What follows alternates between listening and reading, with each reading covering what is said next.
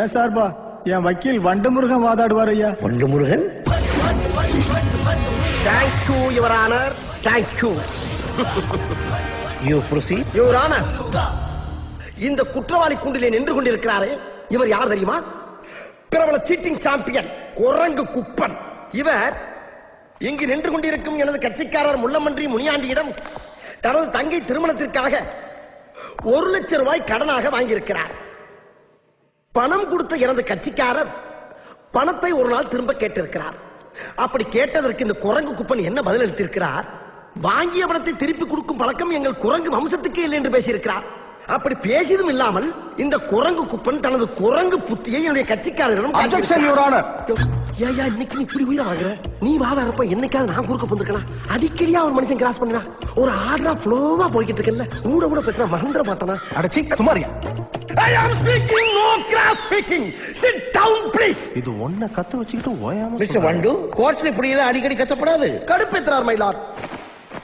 எப்படி இவர் குரங்கு புத்தியை காட்டியிருக்கிறார் என்றால், என் போன்று மிக அழகாக கர்லிங் ஹேர் வைத்திருந்த இவர் தலையை இரு கையால் இழுத்து பிடித்து பசுமாடு புல்லை தின்பது போல் கருக்கு கருக்கு கருக்கு என கடித்து துப்பி இருக்கிறார் இவரானார். இப்படி ஒரு கன்றாவியான மண்டையை எங்காவது பார்த்தது உண்டா இவரானார்? அம்மிக்கல்லை கொத்த தெரியாதவன் குத்தியது போல இருக்கிறது இந்த கட்சிக்காரன் கபாலம். ஆகையால் இந்த குரங்கு குணமுள்ள குற்றவாளிக்கு ஈபிகோ 300 சாரி இவரான தங்களுக்கு தெரியாத சட்டம் ஒன்றும் இல்லை.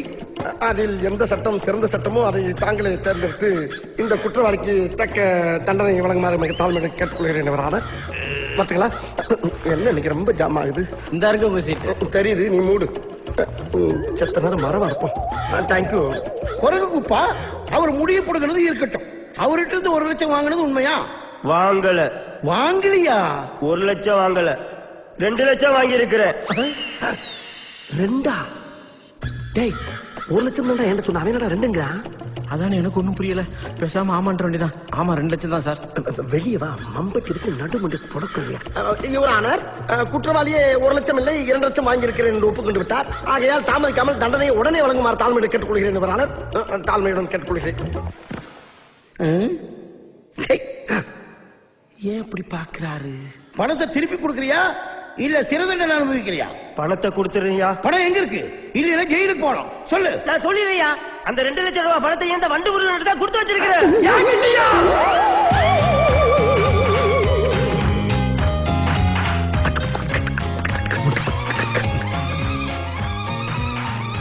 எவ்வளவு ட்ரிக்ஸா என்னை உள்ள கொண்டாட்டீங்களே. வெளியே வாங்க, அவங்களை வச்சுக்கிறேன். யோ வக்கீல் வண்டமுருகா, நீ என்ன உள்ள வந்து இவங்களோட உட்கார்ந்துருக்க?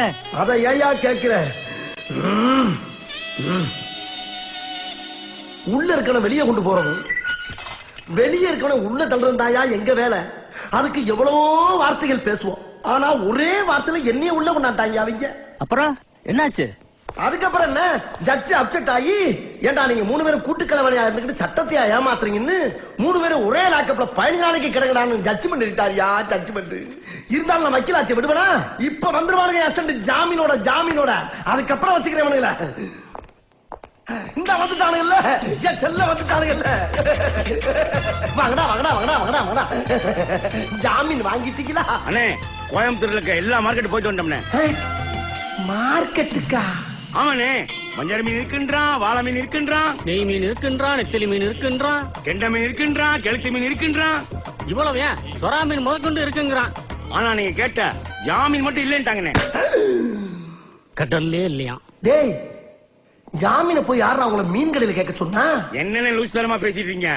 மீனை மீன் மார்க்கெட்ல கேட்காம ஜவுளி கடையில அப்படி கேட்பாங்க.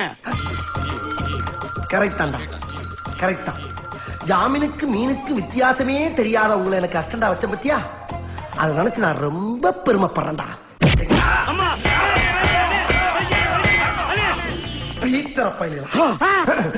என்ன என்னன்னே நீங்க இந்த சின்ன விஷயத்துக்கு போய் அநியாயமா கம்பியில முட்டிக்கிட்டீங்களே. கம்பியில முட்டினா? உங்களை தானே முட்டினேன். எங்க முட்டினீங்க? முதல்ல உங்க மூஞ்சில உள்ள ரத்தத்தை தொடங்க.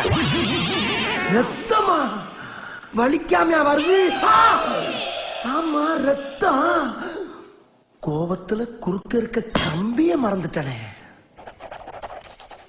பத்மினி டீச்சர் கொலை வழக்கில் விடுதலை செய்யப்பட்ட ரவிகிஷோர் வால்பாறை மலைப்பகுதியில் பிணமாக கிடந்தார். சமீப காலமாக கோவை மாநகரில் எதிர்பாராத பல குற்றங்கள் பெருகி வருகிறது. குற்றவாளிகள் என கருதப்பட்டு பிறகு நீதிமன்றத்தால் விடுவிக்கப்படும் நபர்களை பழிவாங்கும் சக்தியும் செயல்பட ஆரம்பித்தது.